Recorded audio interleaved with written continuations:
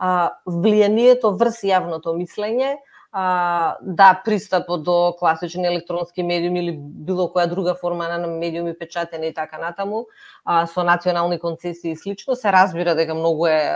полесно да стигне до поширок круг на луѓе, меѓутоа едно општество кој го изгубило довербата, односно граѓани кои ги изгубиле довербата целосно и во институциите, и во медиумите, и во експертите, аналитичарите, како сакате да кажете, во било која јавна личност,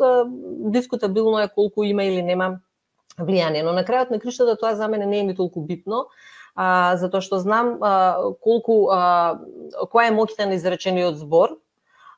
и исто така знам која е моќта, односно која е важноста луѓето да имаат некаква надеж дека прво со своето лично поведение, лична работа и така натаму може нешто да направат, а второ